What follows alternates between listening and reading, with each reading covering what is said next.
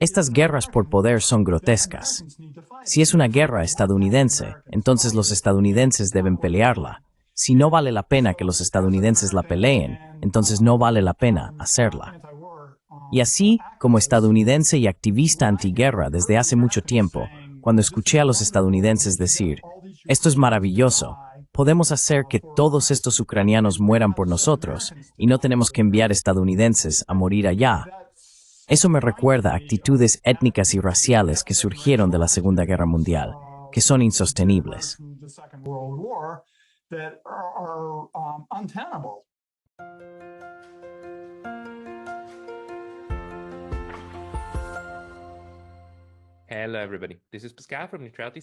Hola a todos, soy Pascal de Neutrality Studies y hoy estoy hablando con Rob Urey, quien es un artista y economista político.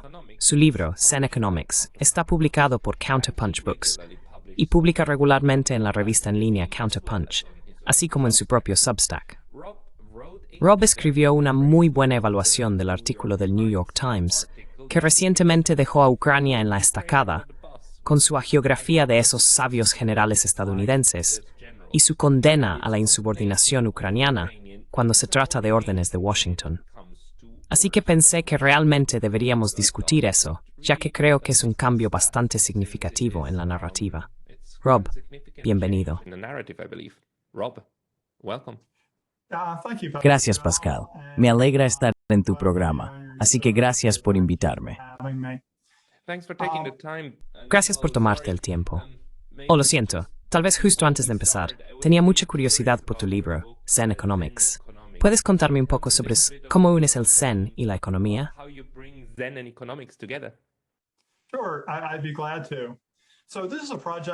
Claro, me encantaría. Este es un proyecto en el que he estado trabajando durante unos 30 años y finalmente pude tomarme el tiempo para escribirlo. Mi formación es tanto en economía como en filosofía. He estudiado la filosofía de la ciencia, la historia de la ciencia, y he pasado bastante tiempo con métodos científicos. También trabajé durante 25 años en finanzas y fui un cuantitativo de carrera, que es un conjunto de habilidades, no un trabajo específico, y por lo tanto se aplica a diferentes trabajos. Tuve cierta comprensión de cómo funcionan las estadísticas y la aplicación práctica de las estadísticas, que es bastante diferente de la forma en que generalmente se explican las estadísticas. Lo que hice fue tomar la filosofía continental, realmente desde finales del siglo XIX y principios del siglo XX, y aplicarla a la economía occidental que me enseñaron. La uso para descomponer las documents de Ubrin Nilurksmod, lo cual es en Inoberstabi es Schmith.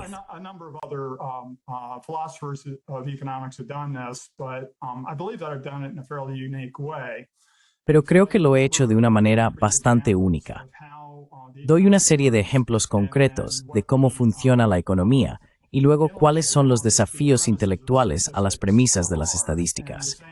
Esencialmente, hay un proceso de regresión infinita detrás de todas las estadísticas, al igual que en las matemáticas, donde no tienes fundamentos concretos para las premisas. Son movibles y realmente dependen de los intereses de las personas que se llevan a las estadísticas. Es una forma extensa de decir que hay premisas filosóficas profundas incrustadas en la forma en que entendemos el mundo en Occidente, particularmente en los Estados Unidos, y que una vez que éstas se descomponen, las personas pueden ver el mundo de una manera diferente y la forma en que el mundo se explica de una manera diferente a como lo han estado viendo.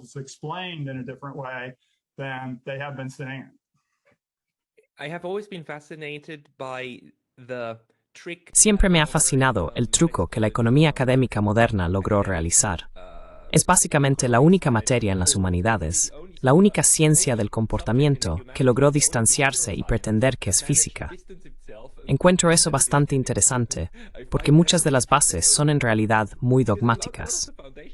Digamos la suposición de que los agentes económicos tienen previsión perfecta. Es un poco ridículo, pero es axiomático, y así es como mira este tipo de premisas.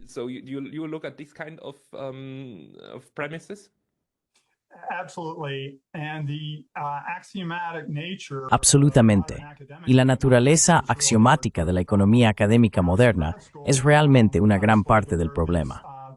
Cuando estaba en la escuela de posgrado, me dijeron que existen estas cosas llamadas hechos estilizados, que son simplemente acuerdos. Hay un acuerdo implícito entre los economistas de no hacer demasiadas preguntas sobre este conjunto de hechos con los que están trabajando. Y no solo los hechos son dudosos en sí mismos. He revisado los artículos académicos desde los años 70 y la revolución neoliberal que comenzó en los años 70. La metodología se utiliza realmente como una cobertura para fundamentos bastante débiles.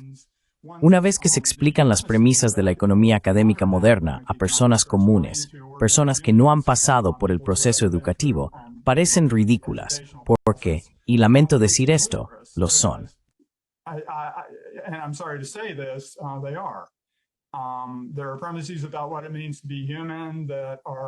Hay premisas sobre lo que significa ser humano que son altamente cuestionables.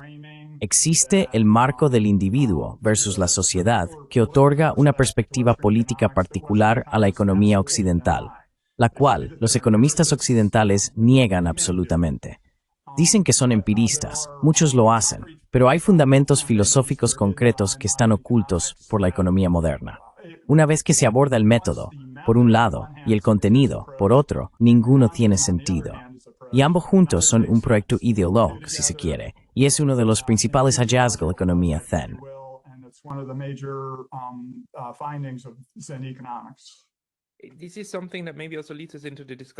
Esto es algo que tal vez también nos lleva a la discusión que quiero tener hoy, que es sobre la ideología y la ideología arraigada. La economía es un ejemplo maravilloso, porque los estudiantes toman estas clases en miles de universidades, no solo en los Estados Unidos, sino también en Europa, en Japón y así sucesivamente. Toman estas clases de Economía 101, Micro 101, Macro 101 y nunca se les dice que lo que realmente se les está enseñando no es economía en general. Es solo una escuela de pensamiento dentro de la historia del pensamiento económico. Es la teoría económica neoliberal, neoclásica. Ni siquiera se les enseña que esto es lo que es. Me preocupa cuántas veces en el aprendizaje escolar tenemos estos momentos en los que en realidad lo que enseñamos es ideología y no un enfoque holístico de todo el tema, lo que alimenta estas visiones ideológicas que encontramos en los periódicos una y otra vez. ¿Compartes esa evaluación también?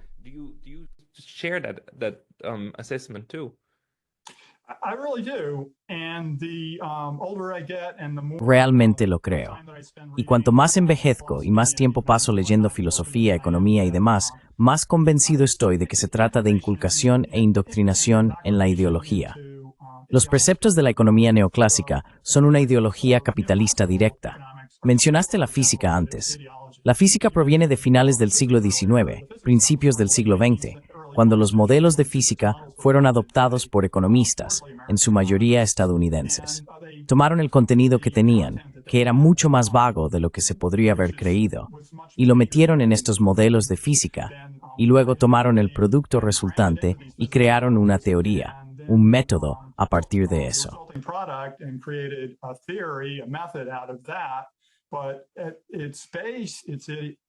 Pero en su base es una ideología capitalista. Y lo que quiero decir con eso es que es una premisa de cómo se organizan las sociedades y cómo actúan las personas en el mundo que tiene raíces ideológicas muy específicas. Por ejemplo, el marxismo y el marxismo-leninismo tienen una visión social, mientras que la economía neoclásica tiene una visión individual. Los 40 años de esfuerzos para crear lo que se llaman microfundamentos para la economía neoclásica no han funcionado. Hay buenas razones para eso, porque así no es como funcionan las sociedades.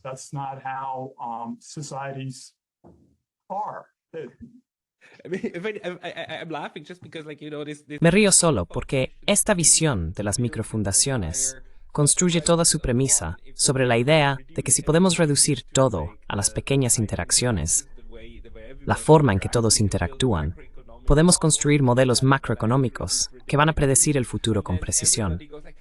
Y luego todos se preguntan, ¿por qué no funcionó como se suponía que debía hacerlo? Es como, bueno, porque así no funcionan las personas. No tienen previsión perfecta y hay muchas otras cosas que no tienen. Así que si construyes algo sobre ese tipo de fundamento, es simplemente extraño que lo hagamos. Y esto sigue siendo un dogma aceptado hoy en día, diría yo, en la mayoría de las clases de economía en Occidente. Econ classes in the West. Absolutely. It is, and, Absolutamente, lo es. Y realmente obstaculiza la capacidad de Occidente para avanzar, porque las personas que asesoran a los que están en el poder están educadas en escuelas de élite. He conocido a varios economistas de estas escuelas de élite. Fui a una universidad estatal para mi posgrado en economía, pero he conocido a muchas personas de las escuelas de élite y en su mayoría son ideólogos. Eso es una generalización. Si miras algo como el Departamento de Economía de Harvard, es un departamento enorme. Tienen, creo, cientos de personas trabajando allí. Así que tienes muchas visiones diferentes del mundo. Pero las personas que dirigen los departamentos de economía de la Ivy League son neoclásicas y muchas veces neoliberales. Tienen enfoques muy estrechos y realmente no están tan interesados en hacer preguntas porque pueden asesorar a los líderes políticos sin las preguntas. Si hacen las preguntas, entonces son bastante bien exiliados, tanto de la profesión económica como de estar en posiciones de asesorar a líderes políticos. Now,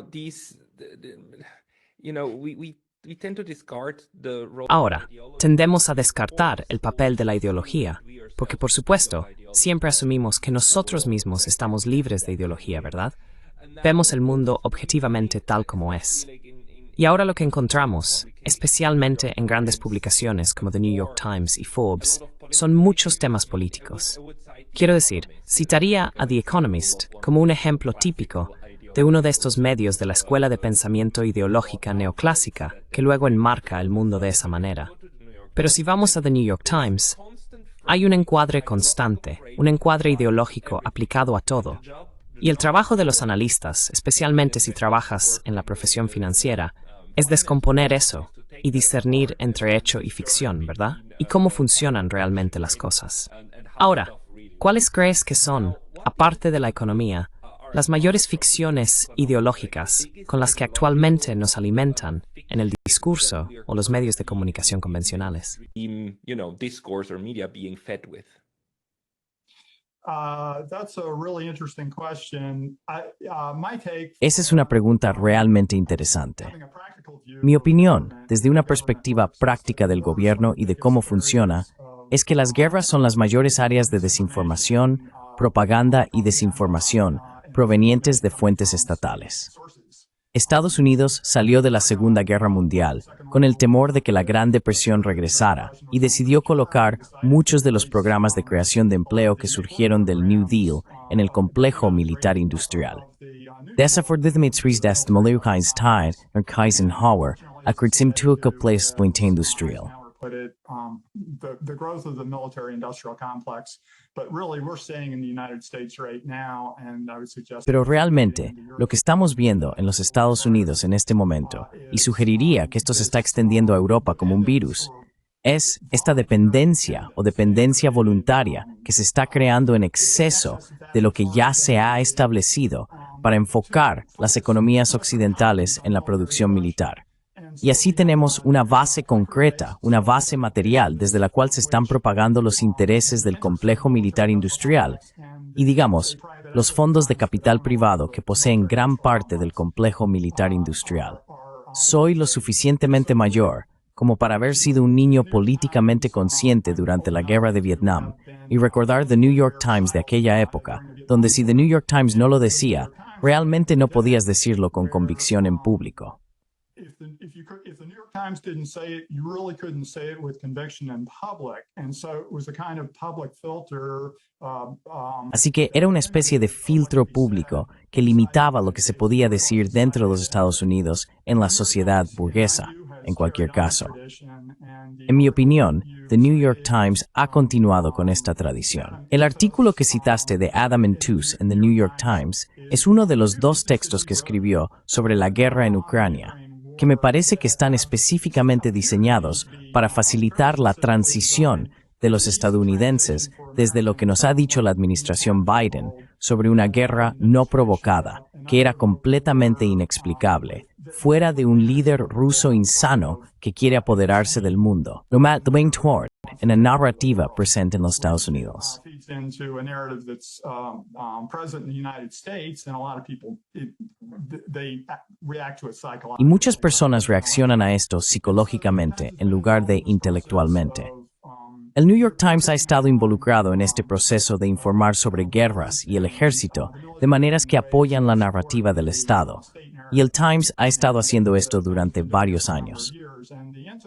Los artículos de Enthus se dividen en dos partes. Adam Enthus escribió la primera parte sobre el movimiento de la CIA hacia Ucrania después de Maidan, hasta el punto en que ahora hay 20 instalaciones de la CIA justo en la frontera con Rusia, lo que parecería ser una provocación para la mayoría de las personas que conocen la historia de la CIA. To most people who know the history of the CIA, and the current piece that I just wrote about takes the Y la pieza actual sobre la que acabo de escribir lleva la guerra desde su inicio teórico, desde el encuadre de la segunda pieza. Me disculpo por ser tan oscuro allí, pero el autor está usando la oscuridad y una gran cantidad de información para, creo, ocultar parte de la intención de la pieza. La pieza actual me parece que, bueno, sus argumentos básicos son que, 1. Estados Unidos ha estado mucho más directamente involucrado en la gestión diaria de la guerra en Ucrania de lo que se sabía anteriormente, particularmente en Estados Unidos, donde obtenemos la peor información. Creo que las personas fuera de Estados Unidos no entienden lo grave que se ha vuelto esto. The United States don't understand how serious this has gotten. What Adam Enthus is doing Lo que Adam Enthus está haciendo es argumentar que el ejército de Estados Unidos estuvo mucho más involucrado en las operaciones diarias de la guerra y los socios europeos de Estados Unidos, sin abordar la ampliación de la OTAN, sin abordar el golpe de 2013-2014, que esencialmente instaló marionetas de Estados Unidos en el gobierno ucraniano. Y el seguimiento que Adam Enthus informó en su primer artículo sobre la llegada de la CIA en 2016, yo argumentaría que la CIA ya estaba allí en 2013, 2014. Pero tomando su enfoque, la CIA llegó en 2016 para crear un ejército ucraniano que realmente no existía. Y la parte de la historia que he podido descubrir es que fue la coordinación entre el MI6 y la CIA con los fascistas ucranianos que se remonta al final de la Segunda Guerra Mundial. that goes back to the end of the Second World War. There's this long relationship, particularly between the Brits. Existe una larga relación, particularmente entre los británicos y los fascistas ucranianos. Y esto se puso de manifiesto en el golpe de Maidan, revolución, como prefieras llamarlo. Hay un tipo muy interesante de Canadá, el profesor Kachanovsky, que ha escrito sobre uno de los eventos fundamentales del golpe de Maidan. Y fue el tiroteo, por lo que resultaron ser fascistas ucranianos de manifestantes ucranianos, lo cual fue culpado al gobierno de Yanukovych. Yanukovych fue derrocado como resultado por la IA y los estadounidenses, y un nuevo gobierno fue puesto en el poder en Ucrania. And a new government was put into power in Ukraine. And so a part of Adam Enthus's project is Parte del proyecto de Adam Enthus es colocar a Estados Unidos en posiciones de toma de decisiones en y alrededor de Ucrania, en Wiesbaden, Alemania, y otros sitios estadounidenses en Europa, sin tener que abordar el origen del conflicto. Y así, es un reportaje muy localizado, con creo este propósito más amplio de facilitar el traslado de los estadounidenses de lo que nos dijeron a lo que será la historia que salga una vez que la guerra haya terminado, si es que alguna vez termina. Parte de lo que encontré interesante sobre las piezas de Enthus es, en primer lugar, lo enrevesada que es la escritura. Son piezas muy extensas, y es muy difícil unir tesis centrales debido a la forma en que se colocan los detalles. because of the way that the details are placed. And so my conclusion Y así, mi conclusión sería que esto es en parte para oscurecer los problemas más grandes en juego. Las fuentes de Entus son bastante interesantes. En el artículo actual, cita al principio del artículo 300 entrevistas con personal militar, lo cual está bien y es bueno. Al final del artículo, cita, perdóname aquí, el American Enterprise Institute, que es un grupo de expertos estadounidense favorable a los negocios que redacta legislación de derecha para ser entregada a los derechistas en los Estados Unidos para ser aprobada. Es una organización política con fuertes vínculos de derecha. Y el otro es, perdóname aquí.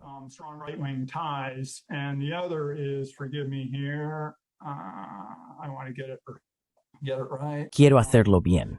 El Instituto para el Estudio de la Guerra, que fue fundado por la cuñada de Robert Kagan, un destacado neoconservador estadounidense. Y no pretendo hacer una acusación por asociación aquí, pero ella es una entusiasta defensora de la ideología de Robert Kagan. Es una neoconservadora convencida y está orgullosa de ello. Así que no tiene sentido ocultarlo. Estas son las dos fuentes centrales que Entus cita al final del artículo, lo cual, francamente, me sorprendió bastante. Y en el primer artículo cita investigaciones en Internet.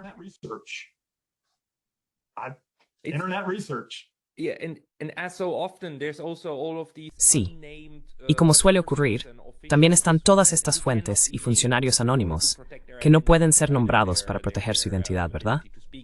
Y su capacidad para hablar.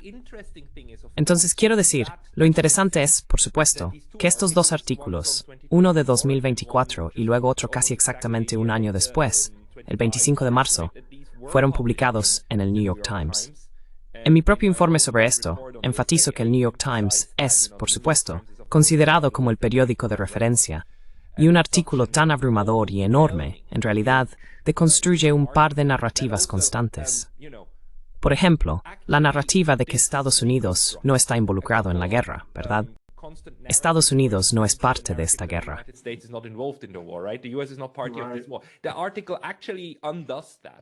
El artículo, en realidad, deshace eso. Y eso no quiere decir que su autor o el New York Times nos esté haciendo un favor. Quiero decir, está tratando de, creo, como dijiste, cambiar narrativamente hacia algo nuevo de lo que estar orgulloso. Estar orgulloso de no haber estado involucrado, pero haber hecho todo por Ucrania, para ayudarlos a ganar. A estar orgulloso de haber sabido desde el principio que sería difícil, y haber estado involucrado todo el tiempo, y haber estado a la vanguardia de la defensa. Pero que esto esté sucediendo ahora es, por supuesto, interesante, ¿verdad? Ahora que cualquiera de nosotros, que tiene acceso a fuentes distintas de The New York Times, es consciente de que la guerra está perdida, esto se ha acabado. La pregunta es qué tan mal se perderá en este punto, pero no si se ha acabado.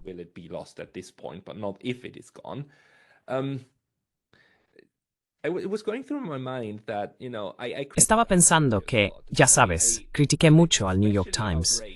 Y estoy especialmente indignado por la forma en que este artículo glorifica a los Estados Unidos básicamente manejando todo. Y ya sabes, cómo los ucranianos no hicieron lo suficiente muriendo. No murieron lo suficiente.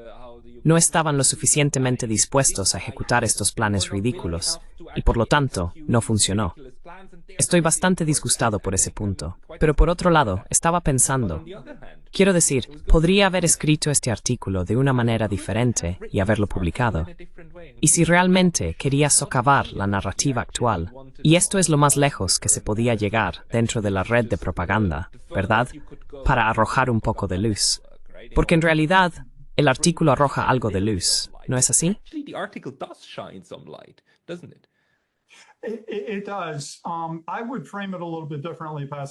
Lo hace. Lo enmarcaría un poco diferente, Pascal, de lo que ha sucedido en los Estados Unidos en las últimas décadas. Y eso es que la forma en que el desenlace de estas catástrofes de política exterior que los Estados Unidos tienen regularmente, generalmente implica volver a explicar lo que realmente sucedió, la génesis de los horrores, y luego lo que sucedió después que lo llevó en una dirección que los Estados Unidos pueden o no haber querido o esperado. Y así, lo que veo en el artículo es, y estoy de acuerdo con tu punto, de que si hubiera escrito un artículo diferente, un artículo más revelador, el New York Times probablemente no lo habría publicado, creo que casi con certeza.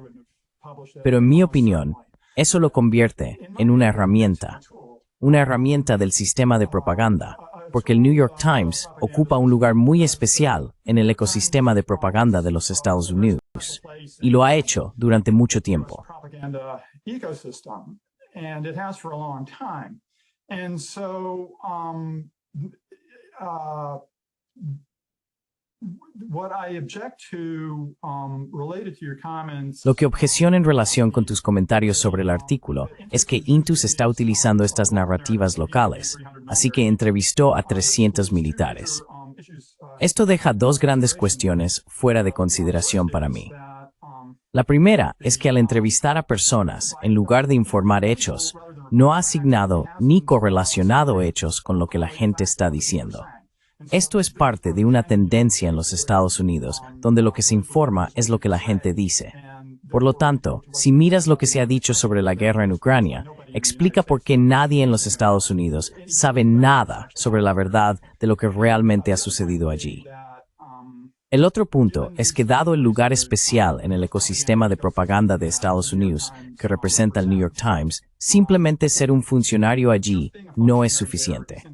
Por ejemplo, Chris Hedges, que es un comentarista popular en Internet en los Estados Unidos y solía tener programas en RT y demás, olvidé a dónde iba con eso. I forget where I was going with that. I mean, he constantly tries to recreate. Quiero decir, él constantemente intenta contar lo que sucedió sobre el terreno, ¿verdad? Quiero decir, él realmente fue a Irak y demás, y cuenta la historia de qué tipo de cosas sucedieron sobre el terreno, y luego entrevista a personas al respecto, y ofrece ambas perspectivas.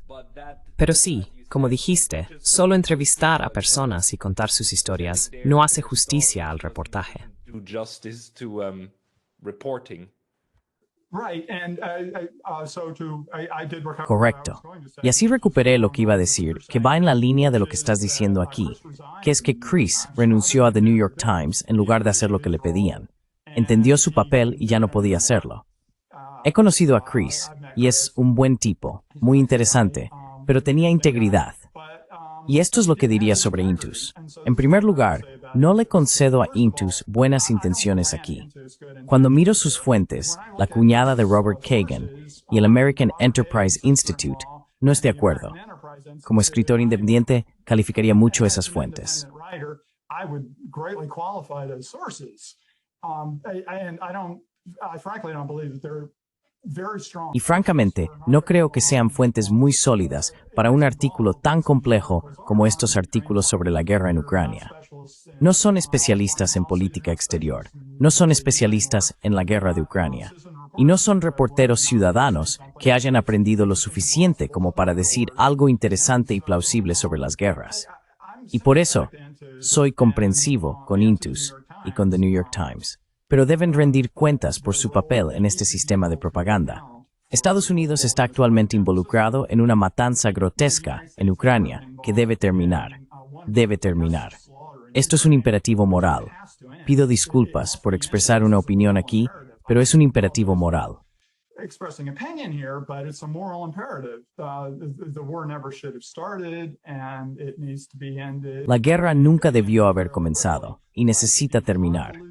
Podría terminarse bastante rápido, pero la narrativa en los Estados Unidos, en parte gracias a The New York Times, es tan complicada que no podemos aclararla. La administración Trump no parece saber nada que sea cierto sobre la guerra. Con suerte, pueden superar sus propios obstáculos para resolverla, porque podría resolverse bastante rápido. Veo el artículo de The New York Times una vez más como facilitador del movimiento político desde la narrativa de que la guerra fue no provocada y que Rusia es un imperialista impenitente con la intención de invadir Europa, hacia los hechos de la guerra que incluyen 30 años de expansión de la OTAN y la participación activa de Estados Unidos en la revolución del Maidán, si es que quieres llamarla así. Revolution, if you care to call it that. I would call it a coup, given the acts of the National. Yo lo llamaría un golpe, dados los actos de la Fundación Nacional para la Democracia, que es un brazo de la CIA en Ucrania.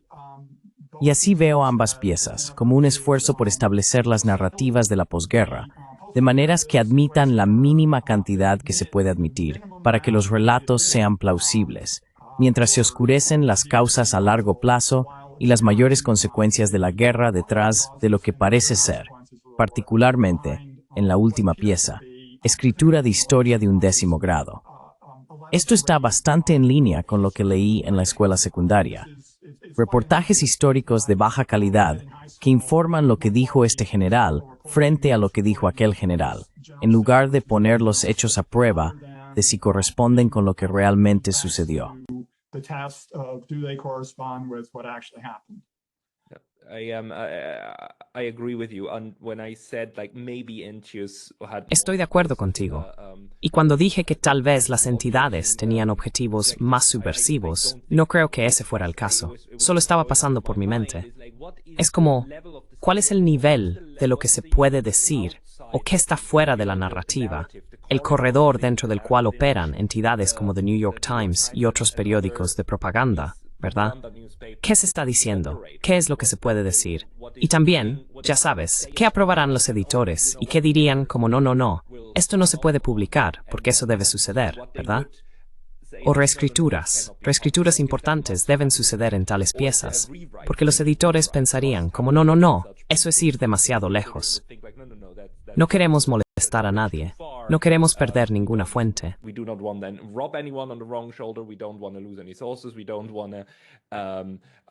No queremos hacerlo. En general, pareceríamos ridículos si escribiéramos eso, ¿verdad? Entonces, porque el artículo en sí me establece el nivel al que Estados Unidos estaba dirigiendo el espectáculo, no solo desde 2022, sino desde mucho antes. Y ya sabes, militarmente, hasta dónde llegó eso. En realidad, no tenía una corazonada al respecto, pero nunca tuve ningún tipo de, ya sabes, algo a lo que pudiera señalar y decirle a cualquiera que me diga, pero ya sabes, Pascal, son solo los rusos y no los estadounidenses, ya sabes, y son los rusos y los ucranianos los que están peleando, ¿verdad? Los estadounidenses no están involucrados. Y ahora tenemos este artículo y podemos mostrar cómo, no, estas decisiones y los objetivos fueron elegidos en Wiesbaden, en Alemania, por el Estado Mayor de Estados Unidos, ¿verdad?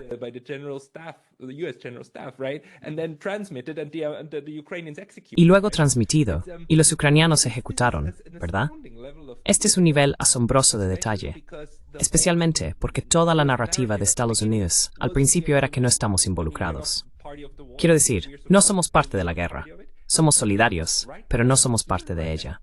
Y en segundo lugar, ahora mismo, incluso ahora, la narrativa principal es que Estados Unidos es un tercero, ¿verdad?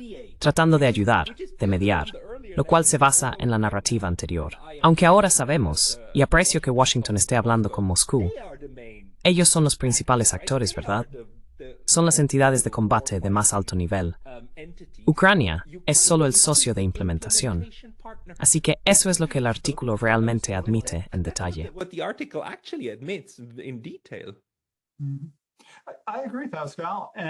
Estoy de acuerdo con eso, Val.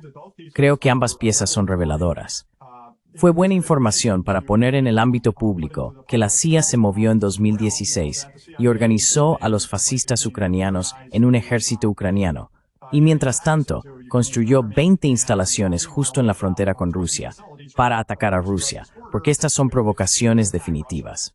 Ausente la demonización de la Guerra Fría de la Unión Soviética, que viví, y luego la reciente demonización de la Segunda Guerra Fría de Rusia y Vladimir Putin, la forma en que los estadounidenses están escuchando estos puntos está inclinada hacia la comprensión de la Guerra Fría de la relación entre Estados Unidos y Rusia. Estados Unidos y la Unión Soviética aquí.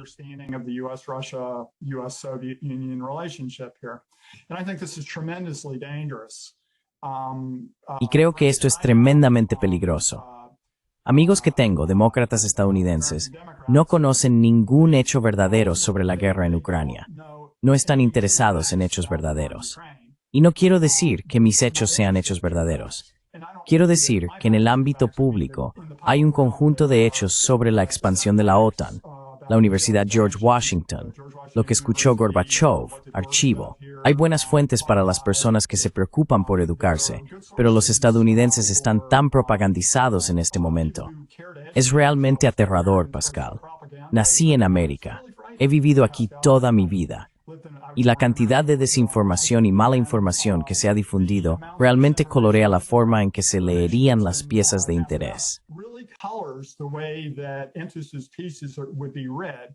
And so if you and I read them with the background Entonces, si tú y yo los leemos con el trasfondo de que he considerado la expansión de la OTAN, he prestado mucha atención al desarrollo de la guerra y demás.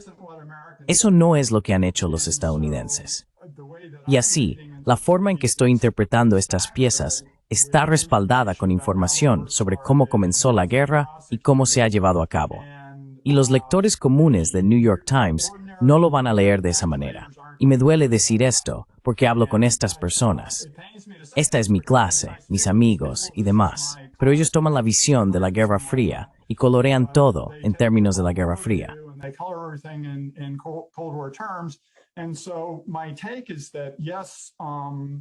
Entonces, mi opinión es que sí, estos artículos están admitiendo hechos básicos para posiblemente tú y yo que necesitamos ver esto a la luz del día, pero no interrumpen la psicología que se ha creado en los Estados Unidos que apoya estas guerras prácticamente sin equívocos. La marea está cambiando lentamente, y no estoy diciendo que los artículos no tengan valor, y les doy crédito en ese sentido. El problema que tengo es con cuánta desinformación se le ha dado al pueblo estadounidense hasta ahora, que el filtro va a ser, bueno, esto es una historia militar interesante. Sigamos con esta guerra. Y porque no es antiguerra, es muy proguerra. Es proguerra. It's very pro-war. It's pro-war. And it's very much, you know, also heroic. Es muy, ya sabes, también heroico y patriótico. Y si se hubiera dado más apoyo, y si las cosas se hubieran ejecutado correctamente, es muy de apoyo a la guerra, ¿verdad? Y pinta un cuadro hermoso de los generales, ¿verdad? Que con todo su corazón intentaron ayudar si solo los ucranianos lo hubieran hecho bien. If just the Ukrainians had done it right. Ah, damn it. That's a good synopsis. Entonces, ese es un buen resumen. Y la pregunta sería, quiero decir, ¿dónde deja esto a los ucranianos y a los rusos? Porque las estimaciones que he escuchado son entre 1 millón y 1,5 millones de ucranianos que han sido masacrados hasta ahora. Y los rusos han desperdiciado sangre y recursos en una guerra que fácilmente podría haberse evitado antes de que comenzara. Se podrían haber respetado los acuerdos de Minsk. El acuerdo de Estambul podría no haber sido detenido. Hay tantos momentos en el camino en los que esto podría haber tomado una dirección diferente. Y habría 1 millón de ucranianos aún vivos si esta guerra hubiera sido detenida por el acuerdo de Estambul. Y es cierto.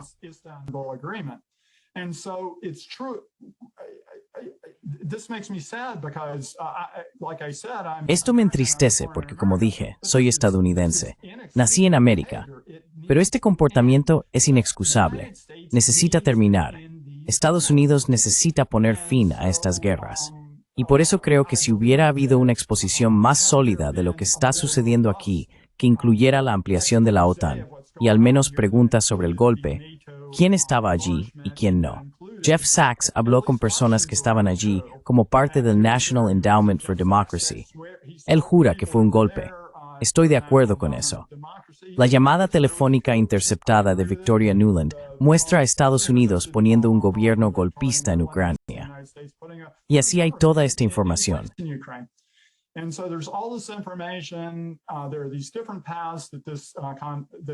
Hay diferentes caminos que incluyen estos conflictos, lo que está sucediendo en Israel y las guerras de Estados Unidos aquí, por supuesto. Y me duele que no podamos llegar a un momento de verdad y reconciliación para darnos cuenta de lo que ha hecho Estados Unidos y cambiar la dirección de los Estados Unidos. Lo realmente triste de esto es que el liderazgo de los Estados Unidos está contando con la producción militar como el motor económico de los Estados Unidos en el futuro, junto con la IA. Así que hay algunas apuestas realmente débiles aquí para un imperio en declive. El pánico se está instalando y el artículo de Intus parece solo una charla superficial. Un problema para admitir verdades parciales sin llegar a las grandes verdades de que estas guerras son injustas y deben detener. Yeah, no, I completely agree. And Estoy completamente de acuerdo. Y para mí, sabes, durante la Guerra Fría y todavía a principios de los años 90, para deconstruir los procesos políticos en la Unión Soviética y entender cómo se tomaban las decisiones, lo que la gente tenía que hacer, porque los archivos no estaban abiertos, era estudiar la propaganda, ¿verdad? Que el régimen, los Pravdas y demás publicaban. Y haces eso sabiendo que estos medios están haciendo esta propaganda con el visto bueno desde arriba y dicen lo que se puede decir, etc. Y luego intentas razonar hacia atrás, ¿verdad? Y en cierto sentido, estamos en este punto ahora en Occidente, ¿verdad? Tenemos que razonar hacia atrás para entender dónde el proceso político realmente está teniendo en cuenta, ya sabes, las otras cosas que pueden ser conocidas por, ya sabes, reporteros en el terreno que realmente publican cosas en Telegram y demás, y escuchando al otro lado, ¿verdad? Pero tenemos que unirlo todo. Para mí, usamos una frase muy importante, y eso es sangre y tesoro. We used a very important sentence, and that's blood and treasure. And blood and treasure is like a very American way of... Y sangre y tesoro es una manera muy estadounidense de entender cuáles son los costos de la guerra. Pero para mí es como... No es la guerra de Ucrania y algunas de las otras guerras, pero especialmente la guerra de Ucrania, el epítome como el pináculo de que Estados Unidos ha aprendido a usar el tesoro dentro de su propia economía para impulsar su propia economía y no pagar ninguna sangre, 0 gotas de sangre estadounidense para luchar en toda una guerra. Quiero decir, en términos de lógica militar, en realidad se hace de una manera muy malvada, muy brillantemente, que lo haces. Y esto todavía se está camuflando en este momento, con este tipo de encuadre sobre lo que fue la guerra.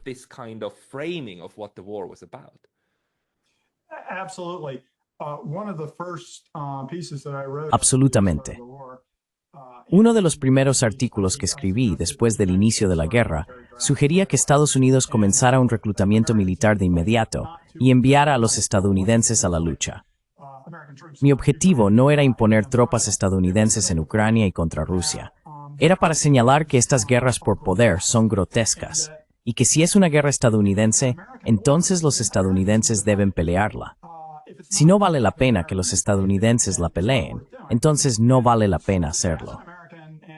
Como estadounidense y activista antiguerra desde hace mucho tiempo, cuando escuché a estadounidenses decir, esto es maravilloso, podemos hacer que todos estos ucranianos mueran por nosotros y no tenemos que enviar a estadounidenses a morir allá, me recordó actitudes étnicas y raciales que surgieron de la Segunda Guerra Mundial, que son insostenibles.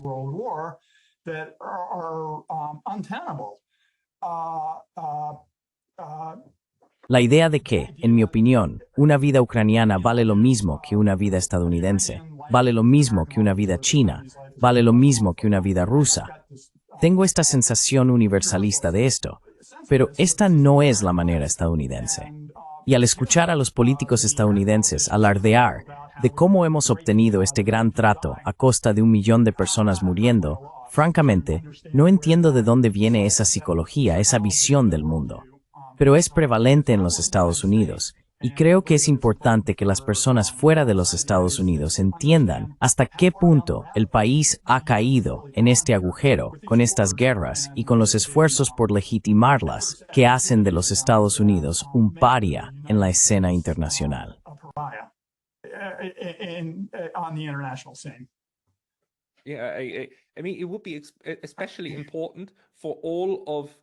Sería especialmente importante que todos los aliados de Estados Unidos entendieran lo que son a los ojos de Washington. Son herramientas desechables, ¿verdad? Y no van a ser defendidos. Van a ser utilizados para luchar en las guerras de Washington y van a ser agotados. Así que esta es la lección importante aquí para mí, lo cual no significa que deban volverse en su contra y luchar contra Estados Unidos. Para nada. Es solo que no sean una herramienta, ¿verdad? Sufrirán, como los ucranianos. Y por cierto, tuve otra charla con el gran historiador David Gibbs. Él dijo, como ya sabes, el modelo para Ucrania es Afganistán, en los años 80, ¿verdad? La invasión soviética provocada de Afganistán. Quiero decir, de ahí viene mucho de esto, y las tácticas provienen de ahí. Y esta lucha de guerra por poder es más perjudicial, en realidad, para el proxy abusado. Así que me pregunto, ¿cómo llevar esa historia al público? Y esa realización de que ser un aliado es muy, muy peligroso, en realidad. being an ally is very, very dangerous, actually. As Henry Kissinger said in a now known Como dijo Henry Kissinger en una cita ahora bien conocida, ser enemigo de Estados Unidos es peligroso, pero ser amigo de Estados Unidos es fatal. Y el hombre lo sabía. Él fue parte del proceso de hacerlo fatal. Parte de lo que realmente me desafía es la perspectiva interna-externa desde los Estados Unidos, porque estoy dentro de los Estados Unidos, escucho la propaganda y hablo con personas para tener una idea de lo que saben y no saben sobre las guerras y demás. Luego, miro lo que está sucediendo en Alemania y Francia, esencialmente Europa, lo cual parece bastante catastrófico. Hice una entrevista al comienzo de la guerra donde predije esto en los Estados Unidos. Así que no se trata solo de Ucrania aquí. Creo que Francia y Alemania realmente han sido preparadas y tienen un liderazgo político desafortunado que facilitó ser preparadas. Pero esta es una crisis internacional.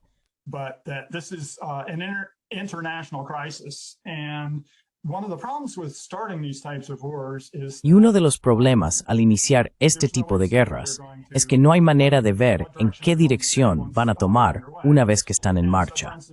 Y así, por ejemplo, si Donald Trump no puede realmente detener esta guerra en Ucrania, entonces va a continuar. ¿Y con qué efecto? No hay un buen propósito para que Estados Unidos la continúe. No hay un buen propósito para que los llamados socios europeos y la OTAN participen con Estados Unidos en continuarla. Es algo que necesita ser terminado. Pero Estados Unidos crea estas guerras de movimiento perpetuo donde nadie asumirá el costo político de terminarlas.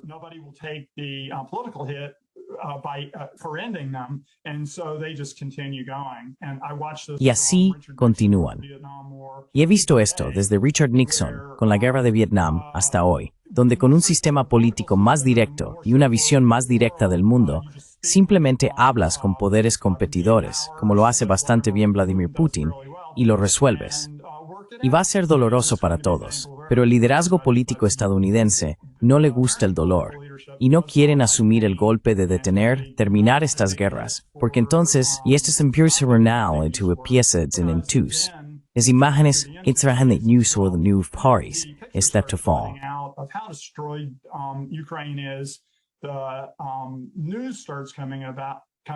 Las noticias comienzan a salir sobre Ucrania, lo horrífica que ha sido la violencia, cuánto se ha destruido, y cambia la percepción de las guerras. Y así hay un incentivo para que los políticos simplemente lo mantengan en marcha.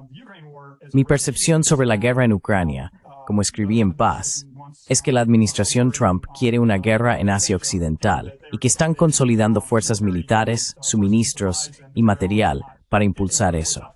Pero ambos esfuerzos deben terminarse bastante rápido por el bien del mundo. Y están en el proceso de tomar una vida la cual Estados Unidos no puede controlarlos.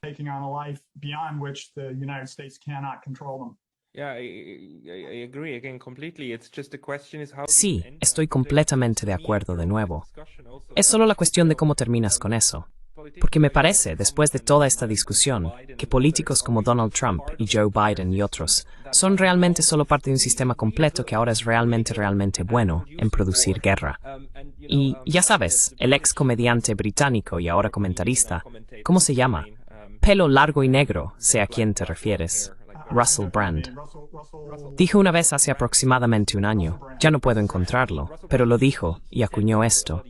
Dijo que estas personas son solo las pulgas, la pulga en el pelaje del lomo del perro de la guerra. La pulga en el pelaje del lomo del perro de la guerra.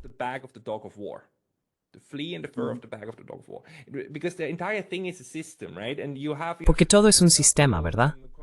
Y tienes el complejo militar industrial, congresional, tanque de pensamiento medios. Tienes los grupos de presión, tienes los esquemas monetarios, ¿verdad?, que circulan y que producen estas estructuras de incentivos. Tienes al New York Times y otros que cubren todo esto. Y luego tienes a los políticos que están ahí, básicamente, no porque sean brillantes, sino porque lograron escalar y fueron empujados a estas posiciones. Y el sistema ha descubierto cómo usar todo este material producido por el complejo militar industrial, que luego alimenta nuevamente el keynesianismo económico y los auges, lo que a su vez lo mantiene vivo. Which then keeps itself alive So in a sense, if you want to end then the En cierto sentido, si quieres acabar con el belicismo, lo que necesitas cambiar no es el exterior. Por supuesto, lo que necesitas cambiar es el sistema interno. Y me pregunto si Donald Trump, incluso sin entender todo esto a un nivel, comenzó a comprender que el problema está en el interior. Porque una cosa que hizo fue desmantelar la USAID, y hay otras instituciones que necesitarían ser desmanteladas o reguladas. Digamos que también el cabildeo necesitaría ser reestructurado, fundamentalmente, para cambiar estas estructuras de incentivos. ¿Qué otras instituciones dentro de los Estados Unidos crees que necesitarían ser cambiadas para desmantelar el perro de la guerra? would need to be changed in order to dismantle the dog of war. Rule by capital needs to be dismantled. El dominio del capital necesita ser desmantelado, y eso es una tarea ardua, sin duda alguna. Así que uno de mis pensamientos sería que no me opongo a ver que el mercado de valores baje bastante. Como dije antes, trabajo en finanzas, y el valor justo del mercado de valores es aproximadamente la mitad del valor actual. El mercado de valores ha estado en una burbuja durante los últimos esencialmente 30 años, o burbujas en serie, burbujas y caídas. Y esta es la política de la Fed, la Reserva Federal en los Estados Unidos. Pero lo que esto hace es que el 1% más rico de la población estadounidense posee más de la mitad del mercado de valores, y el 10% más rico de la población estadounidense, que es mucha gente, posee el 90%. Y así, uno de los argumentos que he hecho a lo largo de los años con mi formación en economía es que el capitalismo financiero es un mecanismo de redistribución.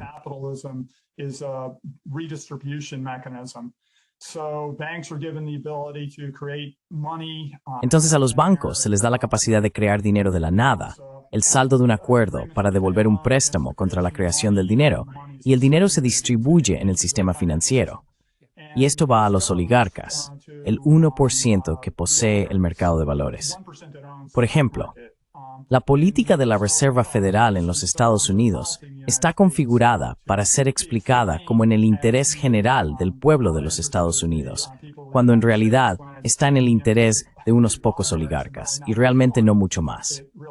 Realmente es extraño que haya tanto enfoque en un mercado de valores que crea la imagen de que los ricos y los pobres tienen destinos similares, tienen destinos que están vinculados cuando en realidad no lo están.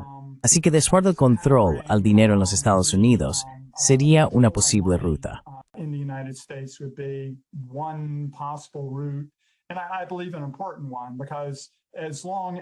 Y creo que es importante, porque mientras unas pocas docenas de personas tengan todo el dinero, van a controlar la economía política occidental. Y así es como ha funcionado, de hecho. Así que probablemente no se le permitirá a Donald Trump postularse de nuevo, y no tiene que ganar otra elección. Ya tiene los 150 millones de Miriam Adelson. Creo que ella le ha dado cerca de más de $500 million combinados en 2 campañas. Así que él puede decir, ya sabes, toma tu genocidio, y simplemente no lo vamos a hacer. Vamos a tener un acuerdo negociado. Solo leyendo las noticias antes, Steve Witkoff acaba de complicar parcialmente las negociaciones con Irán al volver a no tener un programa nuclear. Así que el ir y venir para resolver el problema Israel, Irán, Oriente Medio está siendo innecesariamente complicado y parece que se está volviendo inviable.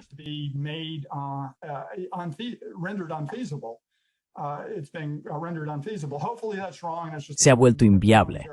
Con suerte, eso está mal. Es solo una interrupción momentánea en negociaciones que de otro modo serían exitosas y beneficiarían a ambas partes. Pero tal como se ve ahora, es difícil ver cómo, desde la perspectiva política estadounidense, los políticos van a estar incentivados para cambiar de dirección. Donald Trump llegó prometiendo terminar las guerras y se vendió a sí mismo como un candidato de paz.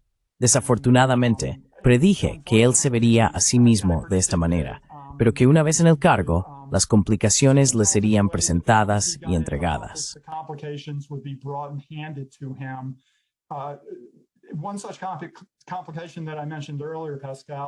Una de esas complicaciones que mencioné antes, Pascal, porque creo que es realmente importante, es que Estados Unidos, después de desindustrializarse a través del Telecán en los años 70, y luego desindustrializarse aún más cuando China fue admitida en la Organización Mundial del Comercio en el año 2000, tiene la inteligencia artificial como motores económicos. Estados Unidos tiene una industria tecnológica verdaderamente trágica que ha dedicado sus esfuerzos a vigilar a la gente de Estados Unidos y del mundo con fines políticos, o al menos a poner sus tecnologías de vigilancia a disposición de personas con fines políticos. Y así, el desmantelamiento desde dentro de Estados Unidos es realmente complicado, como dijiste antes.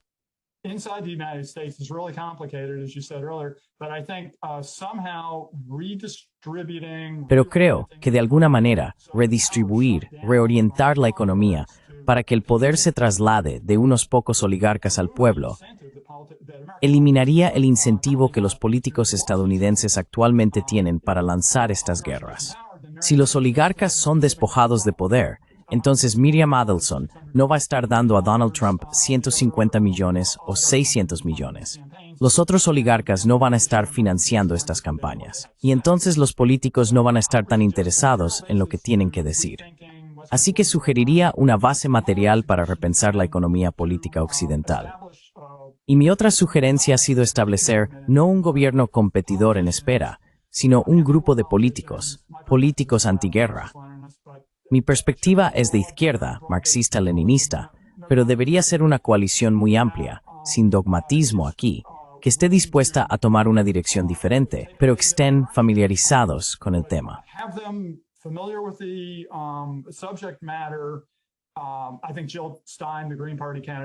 Creo que Jill Stein, la candidata del Partido Verde, sería una persona maravillosa para esto. Pero tenerlos listos para que cuando llegue la crisis, que creo que se avecina, una combinación del mundo disolviéndose de maneras inesperadas y la economía no respondiendo a los programas del señor Trump de la manera que él sugiere que será la respuesta, creo que habrá una apertura para una alternativa a la visión del mundo existente que podría llegar al poder y que tendría, en contraste con la visión de Donald Trump de enriquecer a unos pocos oligarcas, una perspectiva amplia, populista, marxista-leninista, como quieras llamarlo, que se preocupa por todos nosotros, que establece como su objetivo un aplanamiento del poder económico para que la política pueda ser reducida, aplanada, para que estas guerras puedan terminar y para que los oligarcas ya no dirijan Occidente.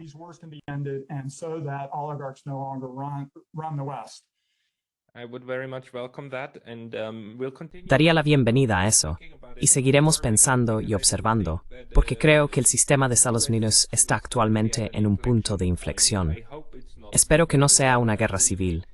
Hay algunos comentaristas, especialmente del lado conservador, que predicen una guerra civil.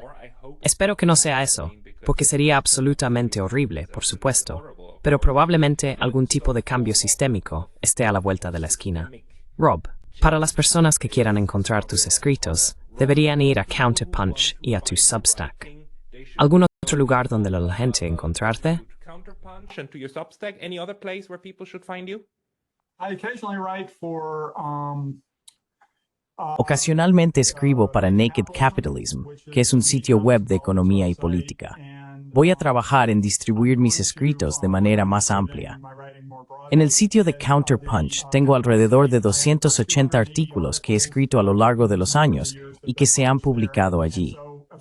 Para aquellos interesados en el desarrollo del pensamiento político occidental en los últimos 15 años más o menos, es un buen recurso. También escribo de modo bastante constante en Substack y los nuevos lectores son bienvenidos. Es roburiersubstack.com. Todos encontrarán eso también en el enlace en la descripción a continuación. Rob Uri, muchas gracias por tu tiempo hoy. Hola, gracias Pascal.